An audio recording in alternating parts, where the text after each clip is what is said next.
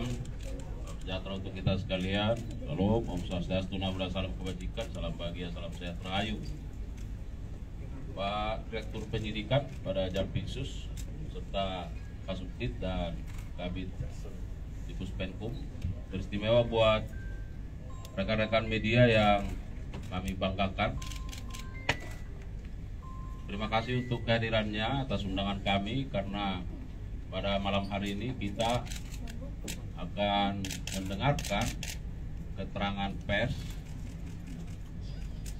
dari Direktur Penyidikan pada Jampitsus terkait dengan perkembangan penanganan perkara tindak pidana korupsi berupa permufakatan suap dan atau gratifikasi dalam penanganan perkara tindak pidana umum atas nama Ronald Kano pada waktu yang lalu. Rekan-rekan media, yang pertama kami mau sampaikan bahwa kami sangat memahami betul bagaimana kerja-kerja teman-teman jurnalis yang ingin agar informasi atau berita itu cepat diperoleh. Ada banyak permintaan wawancara dan permintaan keterangan, tetapi perlu kami sampaikan bahwa dalam perkara ini penyidik sangat begitu hati-hati dan perlu kecermatan. Ya, penyidik sangat begitu hati-hati dan perlu kecermatan. Oleh karenanya kami harus membutuhkan waktu dalam rangka memberikan informasi yang tepat. Itu harus kita pahami bersama. Oleh karenanya kami mohon dimaklumkan untuk itu. Kemudian bahwa kami tegaskan kejaksaan tidak sedang dalam menggunakan panggung dalam perkara ini, tetapi agar masyarakat memahami bahwa ini bagian dari keterbukaan informasi publik yang harus disampaikan melalui media. Ini menjadi pembelajaran dan sungguh ini menjadi satu penegakan hukum murni yang dilakukan oleh institusi kejaksaan. Jadi supaya tidak bias di masyarakat. Oleh karenanya apa dan bagaimana substansi terkait dengan keterangan yang akan disampaikan pada malam hari ini, teman-teman media, mari kita secara seksama mengikuti hal-hal yang akan disampaikan oleh Direktur Penyidikan. Dan terakhir saya sampaikan, mohon kepada teman-teman media, persiapkan pertanyaan-pertanyaan terbaik.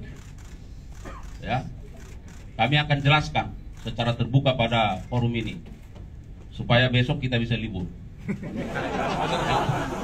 Baik, ya. Kami persilakan Pak Direktur Penyidikan untuk menyampaikan keterangannya.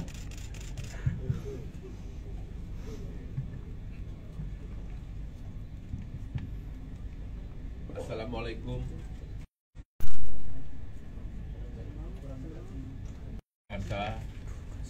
Pada malam hari ini yang hadir, kurang mantap nih audionya.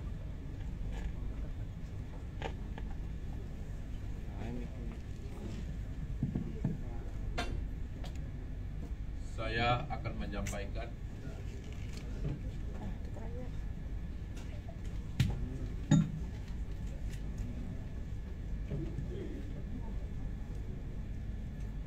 kegiatan yang telah dilakukan oleh penyidik pada Jampitsus terkait dengan peristiwa Kurang dekat, Pak. Atau Cakep nih. Mantep nih, mantep. Biar besok perkara suap terhadap 4 tersangka yang sebagaimana sudah kami sampaikan 2 hari yang lalu. Dalam perkembangannya, penyidik mengembangkan perkara. Dan pada hari Kamis jam 22, bidang khusus telah melakukan penangkapan terhadap ZN, mantan pejabat tinggi Mahkamah Agung, yaitu yang bersangkutan pernah menjabat sebagai Kepala Badan Diklat Hukum dan Peradilan Mahkamah Agung, yang mana diduga keras telah melakukan tindak pidana korupsi, yaitu melakukan perbuatan jahat untuk melakukan suap bersama dengan LR selaku pengacara Ronald Tanur terkait penanganan perkara tindak pidana umum atas nama terdakwa Ronald Tanur, bahwa permukaan jahat ini dilakukan yaitu untuk melakukan suap terkait dengan perkara tersebut di atas, yang saat ini sebagaimana kita lihat bersama dalam tahap kasasi dan kemarin sudah divonis.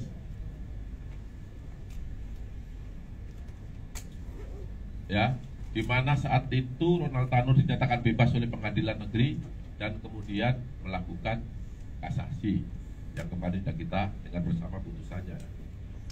Adapun kronologi penanganan perkara ini atau penangkapan ini adalah di mana awalnya LR meminta ZN agar ZR mengupayakan Hakim Agung pada Mahkamah Agung tetap menyatakan Ronald Tanur tidak bersalah dalam putusan kasasinya. Dan LR menyampaikan kepada ZR akan menyiapkan uang atau dana sebesar 5 miliar untuk Hakim Agung, dan untuk ZR akan diberikan fee sebesar 1 miliar atas jasanya. Kemudian di dalam bulan Oktober tahun 2024, LR menyampaikan pesan kepada ZR akan mengantarkan uang sebesar 5 miliar.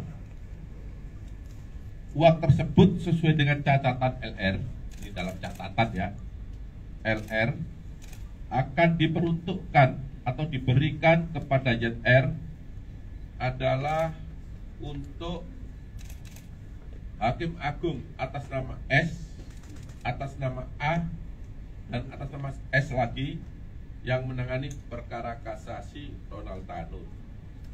Saya ulangi lagi, berdasarkan catatan yang diberikan oleh LR kepada ZN.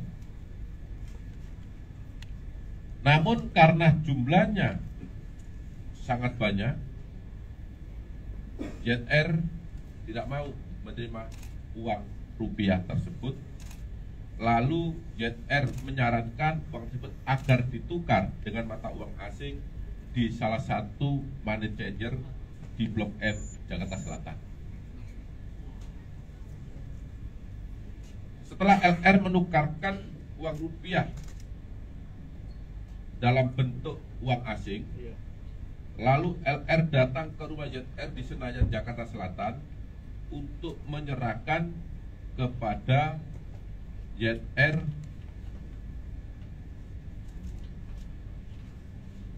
dalam bentuk uang asing yang jumlahnya seperti saya katakan tadi, yaitu 5 miliar. Ini kalau dikonversi menjadi mata uang rupiah. Setelah itu uang tersebut disampaikan ZR, disimpan ZR di dalam brankas yang berada pada ruang kerja dalam rumah ZR.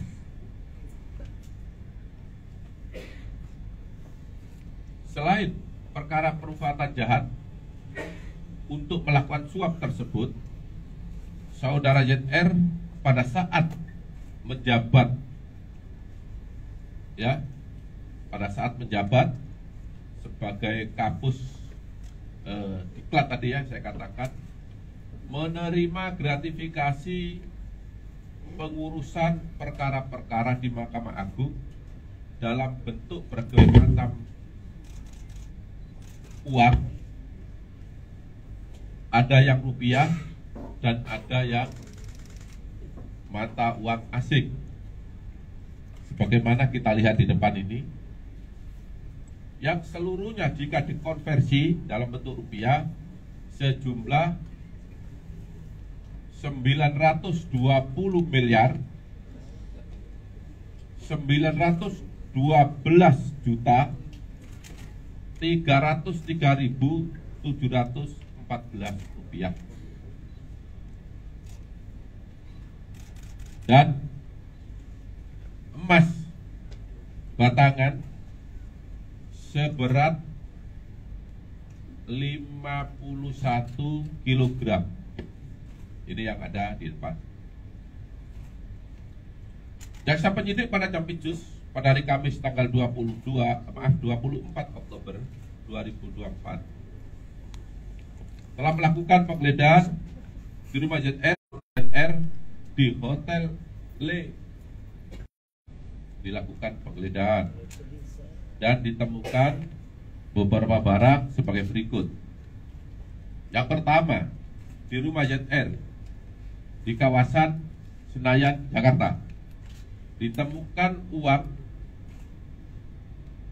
dolar Singapura sebanyak 74.494.427 rupiah. Maaf, Singapura, dolar Singapura. Kemudian sebanyak 1.897.362 US dollar. Kemudian sebanyak 71.200 euro. Kemudian mata uang Hong Kong 483.320 dan mata uang rupiah 5.725.075.075 rupiah. Jika dikonversi, sudah saya sampaikan tadi di depan, yaitu sekitar 912 miliar 912 juta 303.714 rupiah. Kemudian yang logam mulia, kepingan 100 gram sebanyak 449 buah, dan logam mulia emas antam, kepingan 100 gram 20 buah, sehingga total logam emas jenis antam seluruhnya berjumlah 46,9 kg.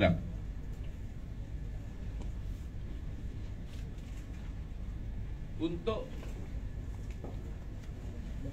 barang bukti selanjutnya yang juga ditemukan di rumah terdakwa adalah satu buah dompet warna pink, 12 keping emas logam mulia, satu keping emas logam mulia yang beratnya 50 kg, 50 gram, satu buah dompet pink garis yang berisikan 7 keping emas logam mulia antam masing-masing 100 gram, 3 keping emas logam mulia PT Antam masing-masing 50 gram, satu dompet wanita berisi 1 keping emas logam mulia PT Antam beratnya 1 kg, satu buah plastik warna abu-abu berisi 10 keping emas masing-masing 100 gram, 3 lembar sertifikat Diamond, 3 lembar kwitansi toko emas, ya. Kemudian untuk penggeledahan di Hotel Le Median Bali, tempat Jet Air menginap, ditemukan 1 ikat uang tunai pecahan 100.000 sebanyak 100 lembar, totalnya 10 juta. 1 ikat uang tunai pecahan 50.000 sebanyak 98 lembar, total 4.900.000 rupiah. 1 ikat tunai pecahan 100.000 sebanyak 33 lembar, totalnya 3.300.000. 1 ikat uang tunai pecahan 100.000 sebanyak 19 lembar, kemudian pecahan 5.000 sebanyak 5 lembar, totalnya 1.925.000 rupiah.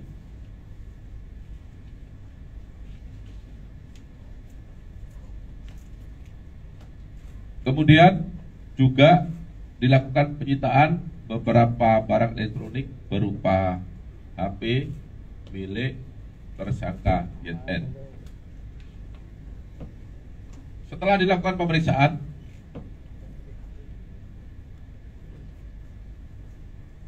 pada hari ini, Jumat tanggal 25 Oktober 2023, jaksa penyidik pada Jampitsus menetapkan 2 orang tersangka karena ditemukan bukti permulaan yang cukup adanya tindak pidana korupsi, yaitu yang pertama, ZR selaku mantan pejabat Mahkamah Agung sebagai tersangka permufakatan jahat suap dan gratifikasi berdasarkan surat perintah penetapan tersangka nomor TAP 56-10-2024. Kemudian saudara LR selaku pengacara Ronald Tanur sebagai tersangka permufakatan jahat untuk melakukan suap berdasarkan surat perintah penetapan tersangka nomor TAP 60-FD-2-10-2024 terhadap tersangka YR tersebut dilakukan penahanan di rutan selama 20 hari ke depan. Sedangkan terhadap tersangka LR dalam kasus ini tidak dilakukan penahanan karena penyidik telah melakukan penahanan terhadap yang bersangkutan dalam kasus yang kita ketahui diduga memberikan suap pada 3 tersangka sebagaimana telah saya umumkan pada 2 hari yang lalu. Para tersangka diduga melanggar untuk YR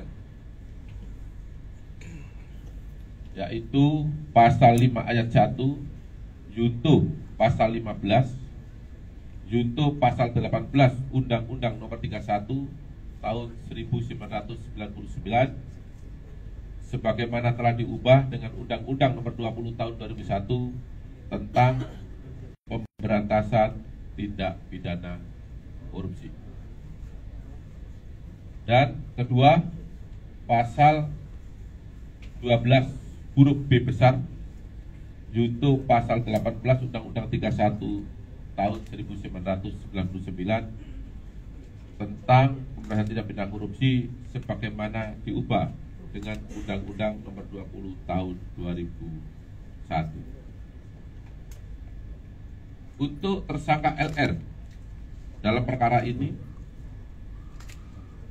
melanggar pasal 5 ayat 1 junto pasal 15 junto pasal 18 Undang-Undang Nomor 31 Tahun 1999 tentang pemberantasan tindak pidana korupsi sebagaimana diubah dengan Undang-Undang Nomor 20 Tahun 2001. Demikian press release yang dapat kami sampaikan pada malam hari ini.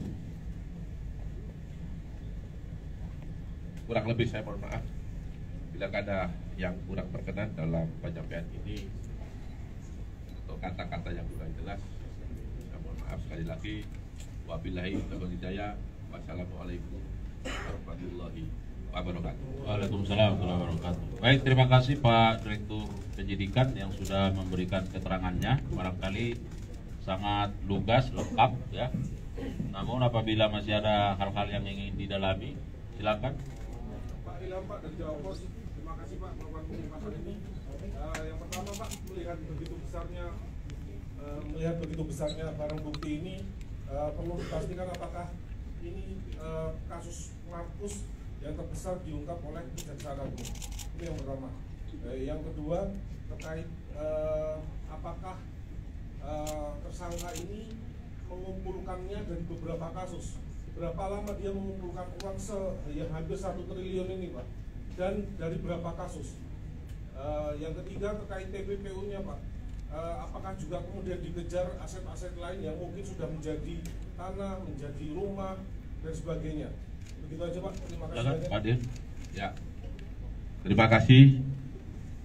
Yang pertama ingin saya sampaikan bahwa kami penyidik sebenarnya juga kaget, ya, tidak menduga bahwa di dalam rumah ada uang hampir 1 triliun dan emas yang beratnya hampir 50 ya,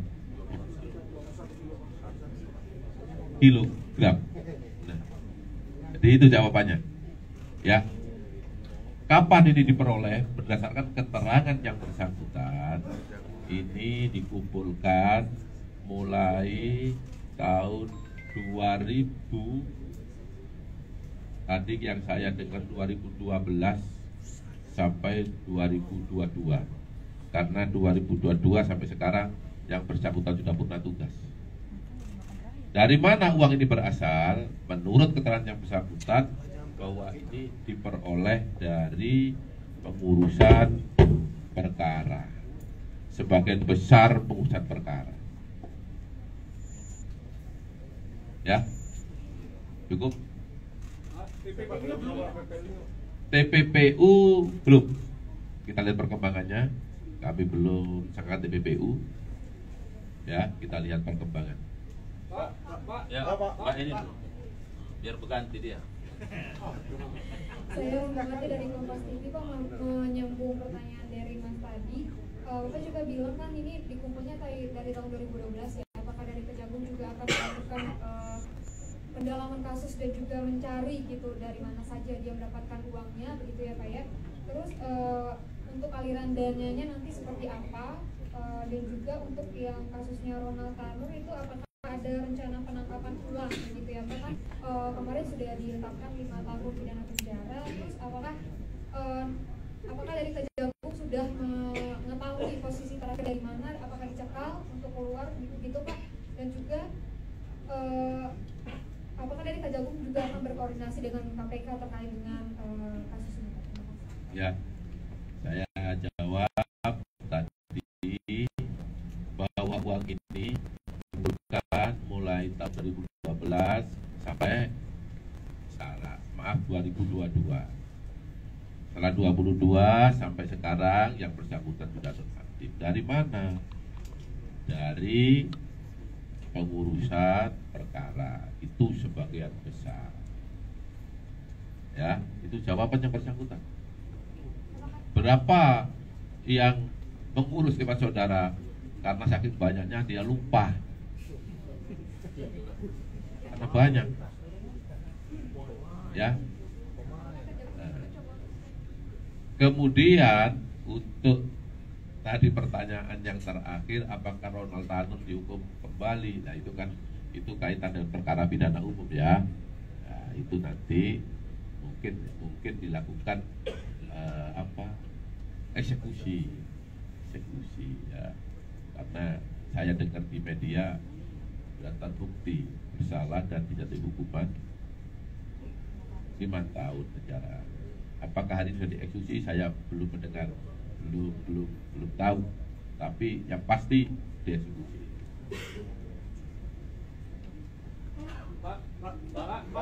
Sudah sini belum, Pak? Clear, ya?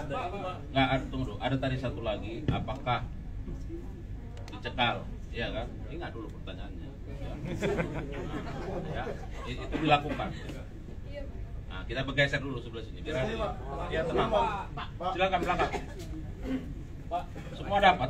Ya, kita sabar. Terima kasih Pak. Saya Besok libur, Pak. Mas, pertama saya ingin mohon penjelasan mengenai proses penangkapannya Pak. Ini di Bali, tadi Bapak menyebut beberapa dari di Bali. Nah, pertanyaan saya, ZR ini datang ke sana sebagai apa Pak? Karena yang bersangkutan itu kan sudah pensiun 2022. Apakah yang bersangkutan memang datang sebagai undangan resmi atau mungkin sebagai stafnya seseorang begitu Pak? Yang pertama itu.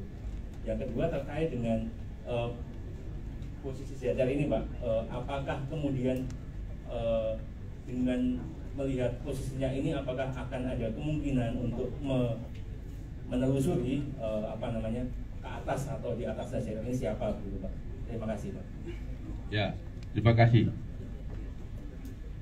Jadi proses penangkapan ZR ini kita lakukan karena berdasarkan pengembangan perkara yang bersangkutan adalah sebagai orang yang mengurus atau sebagai perantara. Ya, dari sana kita lacak di mana keberadaannya.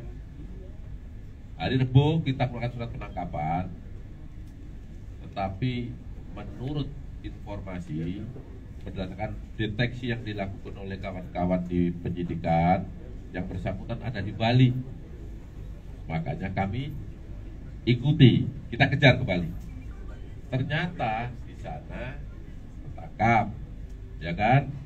Kemudian setelah kita tangkap di salah satu hotel tadi yang saya sebut, dibawalah yang bersangkutan ke Kejaksaan Tinggi Bali. Karena itu pada malam kita lakukan pemeriksaan dan paginya dengan pesawat jam 7 kita terbangkan ke Jakarta.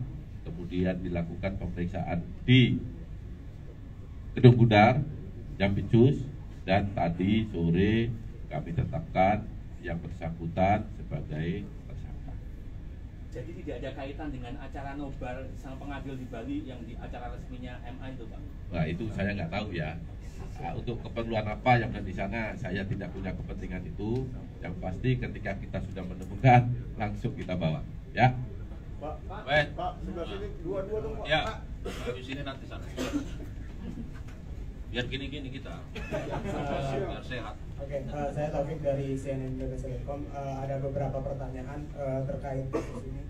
Kan yang tadi disebutkan adalah yang pertama kan si LR ini atau pengacara Ronald Tanur ini mencoba mensuap pada putusan di tingkat kasasi sebesar 5M.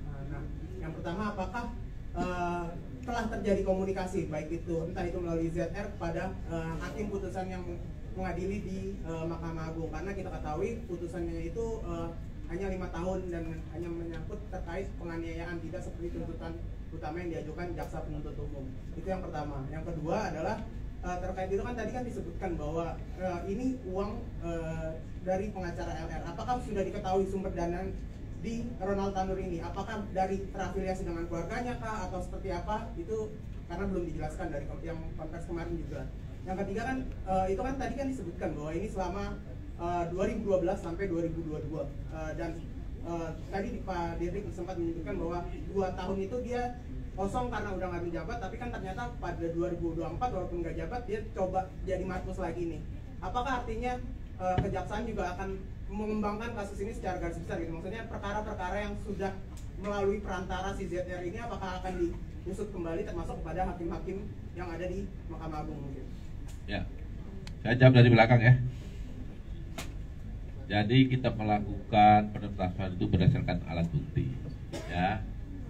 Karena ini alat bukti tidak cukup, maka pada malam hari ini kami lakukan penetapan tersangka terhadap LR dan ZR, ya, dengan sangkaan sebagaimana saya sebutkan sampaikan tadi, yaitu melakukan perbuatan jahat untuk melakukan penyuapan kepada hakim dalam rangka pengurusan perkara kasasi. Ini menurut mereka berdua, ya. Kami bukti-buktinya sudah ada, bukti-buktinya sudah cukup, sehingga tadi saya sampaikan ditetapkanlah dia sebagai tersangka. Ini. Terus kemudian apakah ini akan dikembangkan? Ya, kami akan lihat seperti apa nanti hasil pemeriksaan saksi-saksi dan alat bukti yang lain. Kami tidak banyak berkomentar, berilah kami kesempatan untuk bekerja. Yang pasti siapapun yang terlibat dalam perkara ini pasti akan kita minta pertanggungjawaban. Ya, cukup. Sumber Ada dana. dua pertanyaan yang belum dijawab, Pak. Ya, saya ulang aja. Sumber dana Ya, yang 5M. oke. Sumber dana yang sudah nyata ini dari tangannya LR. Ya, ini kami dalami malam ini. Apakah dari siapa dan dari mana, nanti akan kita progres kemudian. Yang bersangkutan lagi diperiksa di bawah untuk kasus case yang kedua. Ya, di sini. Yang pertama, Pak, yang terkait komunikasi antara ZR dengan Hakim MA ini, apakah sudah ada komunikasi karena putusannya cuma 5 tahun? Ya, LR komunikasinya dengan ZR. Ya, ZR menurut keterangannya memang pernah menemui seorang hakim. Ya, tapi yang pasti ini nggak ada kaitannya dengan putusan, ya, nggak ada kaitannya dengan putusan. Nah, apakah betul ketemu atau tidak? Ini yang lagi kami dalami. Ya. Berarti belum ada sempat penyerahan uang dari ZR? Belum, namanya aja permufakatan jahat. Kalau sudah penyerahan namanya delik selesai. Ya, sudah penyuapan. Ya. Pak, sedikit Pak, boleh nambahin nggak Pak? Silakan. Pertanyaan biasa nih Pak. Saya yang pertanyaan pertama kan belum transparan Pak. Itu kan soal asal uang 5 miliar yang disediakan LR ke ZR itu dari orang tua itu dari mana Pak? Kalau melihat kapasitas seorang kan nggak mungkin jadi uang sana. Ya, akan didalami. Artinya ini harus jelas diperjelas Pak. Apakah jaksa sudah mengarah ke sana Pak?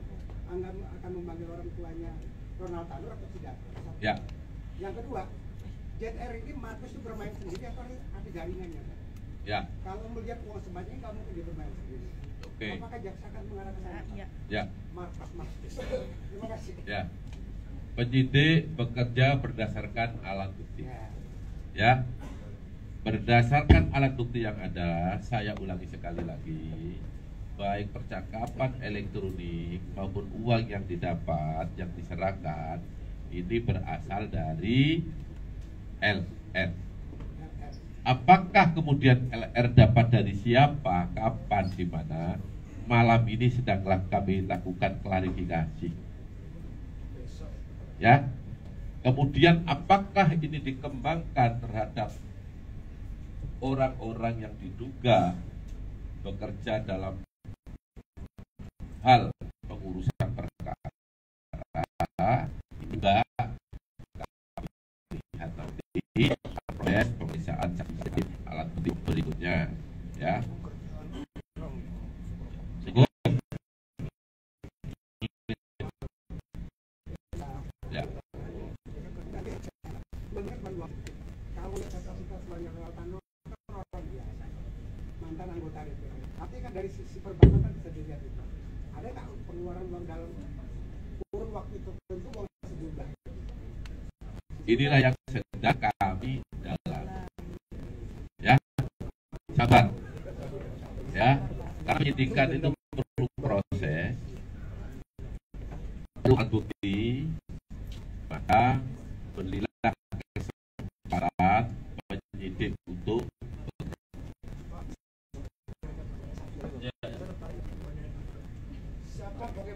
siapa yang bertanggung jawab membuktikan uang ini adalah uang kejahatan?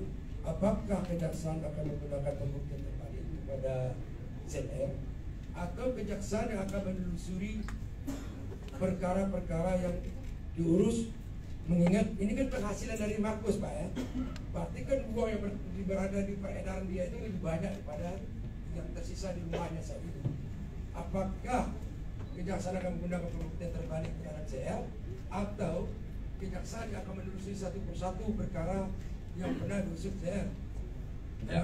Kedua, terakhir Pak, apabila jaksa gagal membuktikan ini adalah uang kejahatan, otomatis kan uang ini harus dikembalikan kepada ZR. Itu saja Pak. Ya. Jadi kita ya menggunakan asas praduga tak bersalah. Ya. Jadi nanti akan kita buktikan uang ini berasal dari mana. Yang pasti uang ini kami temukan, kami geledah, kami sita di rumah ZN. Penyidik nggak menyangka ini kalau ada uang sebanyak ini. Ini di luar bayangan. Ya. Yang bersangkutan menyatakan sebagian besar ini adalah uangnya dia hasil dari pengurusan perkara.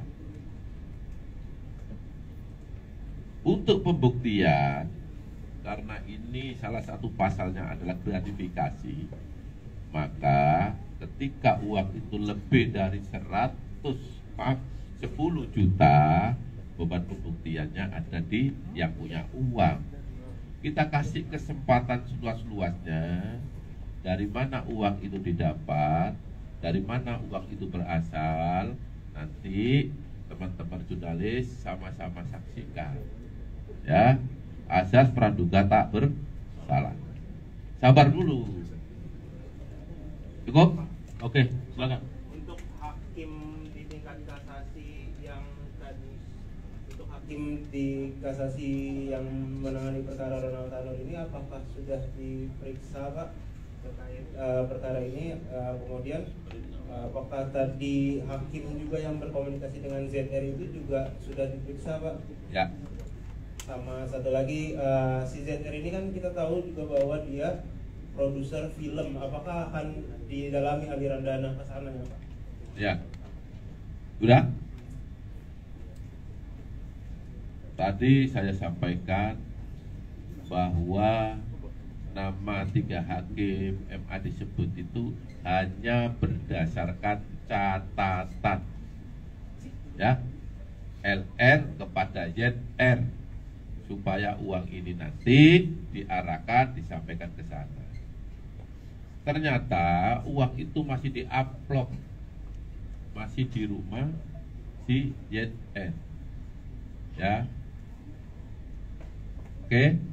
Sehingga dalam menjerat kasus ini, tadi sudah saya sampaikan, terjadi permufakatan jahat. Untuk apa? Untuk menyuap hakim, ya, supaya perkaranya bebas. Tapi uangnya belum ke sana. Apakah kemudian sudah ada komunikasi dengan hakim? Memang ZR sudah mengatakan pernah datang ke sana, tetapi sekarang ini baru kita dalami. Sabar, ya. Tidak menutup kemungkinan semua yang terlibat pasti akan kami panggil ke keterangan. Kalau film saya tidak tahu ya, karena tidak ada substansinya dengan perkara ini. Saya yang pasti tahunya bahwa ZR ini adalah mantan PNS pada Mahkamah Agung, mantan PNS di sana, dan sudah 2 tahun ini yang bersangkutan pensiun atau sudah purna tugas. Oke, sebelah sini masih ada, silakan.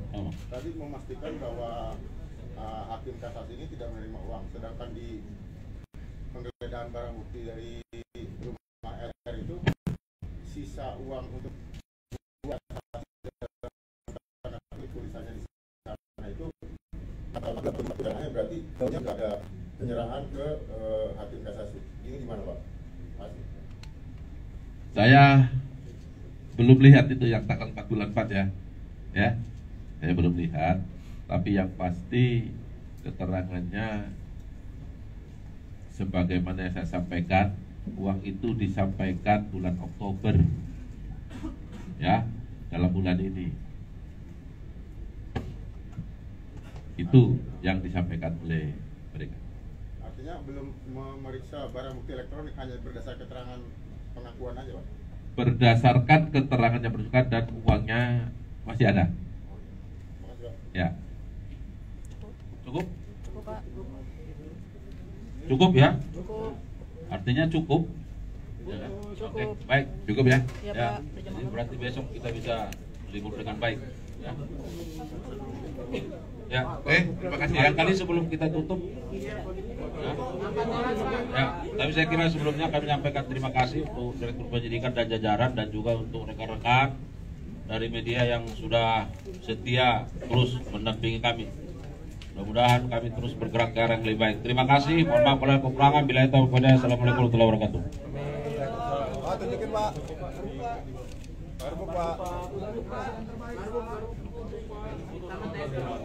Barbuk Pak.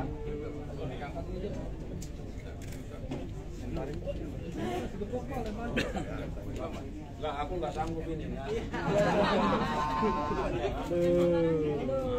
Yang gede-gede Pak. Satu boleh kali satu. Siapa? Yang buat undian yang mana Pak? Mau Pak. Lemparin Pak. Kanan Pak. Kiri Pak. Tahan, Pak.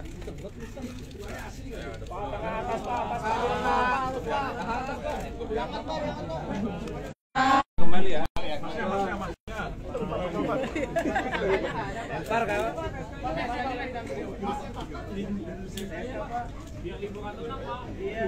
Foto TSK-nya Pak.